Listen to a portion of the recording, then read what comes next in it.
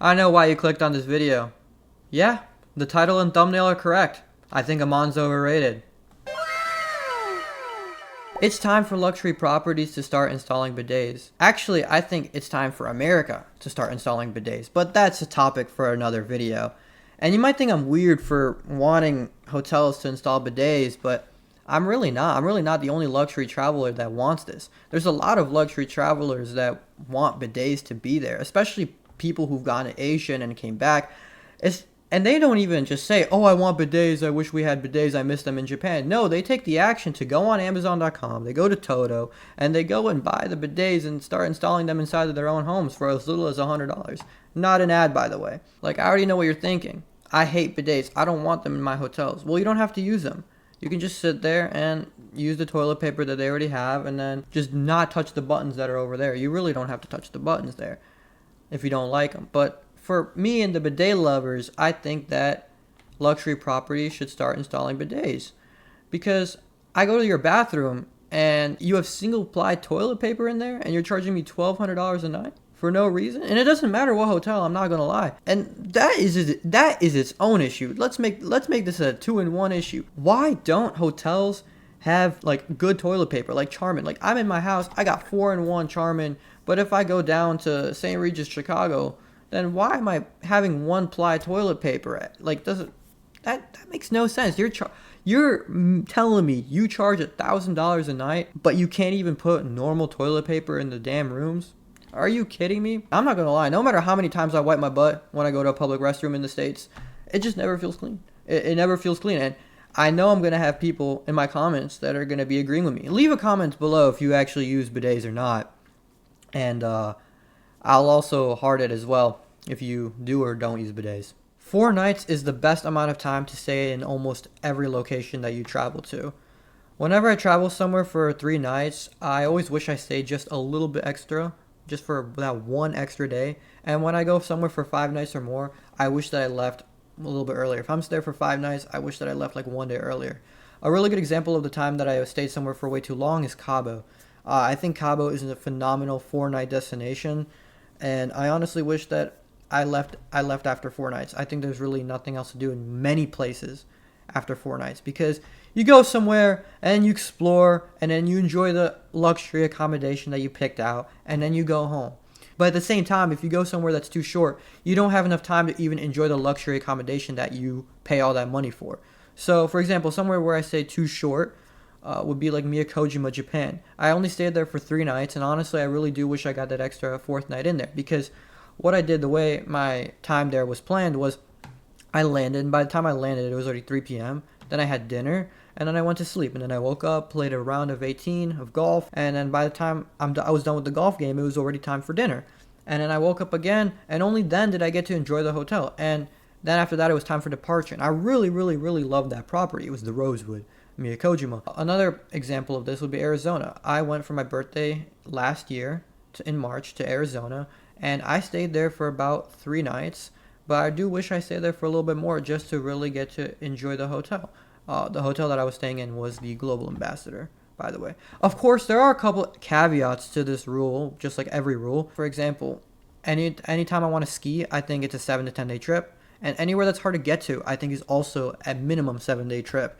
Like St. Bart's, I think that's a minimum 7-day trip. I can't do anywhere less than that, because getting there is a pain in the ass. But if you're not staying for 4 nights in every single place that you travel to, you're doing something wrong. The way you're booking hotels is wrong. You're not getting as many benefits as you should, even if you're booking directly. What benefits might you be asking about? These ones on screen right here. How can I receive them? Tony, please give me the insider information. How can I receive these benefits? There's 2 things you can do. You can forward me your booking confirmation, or you can book with me. It's a great way to support the channel if you like the video so far. Anyways, on to why I think Aman is overrated. Aman is overrated, but this take comes with one important caveat, and that it's for most people. There's 2 people Aman is not really overrated for. Number 1 is your billionaires or your centimillionaires. And the second is celebrities that want to get away from people. If you're the type of person that you need complete privacy and you just want to be away from people, then honestly, I don't blame you for picking Aman. I think it's the best hotel that you can do, even in cities, because they don't just let anyone in. You have to usually be like a part of the members club to get in, and you know, it's not easy to get into the Aman in general. Even if your Aman is public, like it is public in Tokyo, but they just don't let random people just have drinks there. And when they do, they time you to make sure that you leave the dang property. So if you want to be left alone, then the Aman is good. And also, if you're really rich and money is no object, then you might as well go stay at an Aman. But for most people, it's just simply not worth it. The service is not as good as you would expect. Like, for example, I just got a drink at the Aman Tokyo when I was there, and honestly, it was okay. The food was it wasn't the best. And I also stayed at the Aman Kyoto. Personally, I just wanted to stay in Aman, see what it was like. And I didn't even pay 3,000 a night there. I paid like 1,500 a night, but at the end of the day, for 3 days, it ended up being almost 10,000, which for Kyoto is a lot of money, a lot of money. So yeah, I ended up staying there in Kyoto, and I just thought it was really overrated. I thought the food was eh. I thought the service was eh. I think it's a really cool appeal of, for example, you go to a restaurant and then you don't have to pay, for example, like they don't have you sign a check. You just go, you order what you want, and then you can leave because they know everyone there. I think that's a really cool feature of Amman. But at the same time, Amman is just it's just overrated. It's not worth the $3,000 per night price tag. And even people that stayed in like Amman Tokyo, for example, they told me like, oh, I wanted to leave, but they didn't even like give me the proper service. It's not like I think Four Seasons in Tokyo has much better service. Same with like Amangiri. They're charging $5,000+ per night for Amangiri. Like it's not worth it for Utah. Like I get it. Like it's great, but like you can stay somewhere like Lodge of Blue Sky, and I'm sure the experience is not going to be too different. This video is totally opinionated. That's just my opinion though. I think Amman, and maybe I did just sever an important connection that I might have because again, I'm a travel agent, and honestly, this video might not be the best PR for me. But I want to make sure that you as my clients, if you decide to book with me, that I have your best interest in mind and that the dollar that you spend with me gets you furthest possible spending power.